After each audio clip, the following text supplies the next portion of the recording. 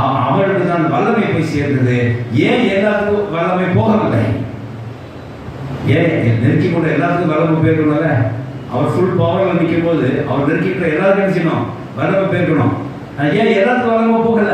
அது ஒரு ஸ்திரீ மட்டும் தான் போயிருக்கு அப்படின்னா, அந்த ஒரு ஸ்திரீ தான் அந்த தெய்வீக அனுபவத்துக்கான விசுவாசத்தோட காணப்பட்டார். ஹalleluya! ஒரு தெய்வீக அனுபவம் வேண்டும்னு சொல்லி உங்க விசுவாசத்தை நீங்க பயிற்சி கொண்டால், உங்க விசுவாசத்தை நீங்க பயன்படுத்தினால் நிச்சயமா தெய்வீக வல்லமையை கொண்டு வரும். ஆமென். ஹalleluya! ஒரு தெய்வீக அனுபவத்தை வேண்டும் என்று சொன்னா விசுவாசத்தை கையாளுங்க. தெய்வத்தோட அனுபவம் நமக்கு வேணும், அப்படி தெய்வத்தோட இணைந்திருக்கிற அனுபவம் நமக்கு வேண்டும், விசுவாசத்தை கையாளுங்க. இங்க அந்த ஸ்திரீ தன்னுடைய வருத்தத்திலையும் தன்னுடைய பாடுகளிலும் தெய்வீக அனுபவம் வேண்டும் சொல்லி பிரயாசப்பட்டார். விசுவாசத்தை கொண்டு அந்த பயிற்சியை கொண்டு வந்தார்.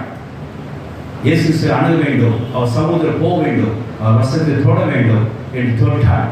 வல்லமை இயேசுக்கு புறப்படுது. அந்த ஸ்திரியை வந்தடைந்தது. அவருடைய வருத்தங்கள் வேதனைகள் நீங்கி போயிட்டு. ஆமென். ஹalleluya! அப்ப இயேசு நம்ம அன்னைக்கு கேட்கிற கேள்விகள் தான். எல்லாரும் இருக்கும்போது ஏன் இயேசுக்கு பவர் எல்லாத்தையும் போகல?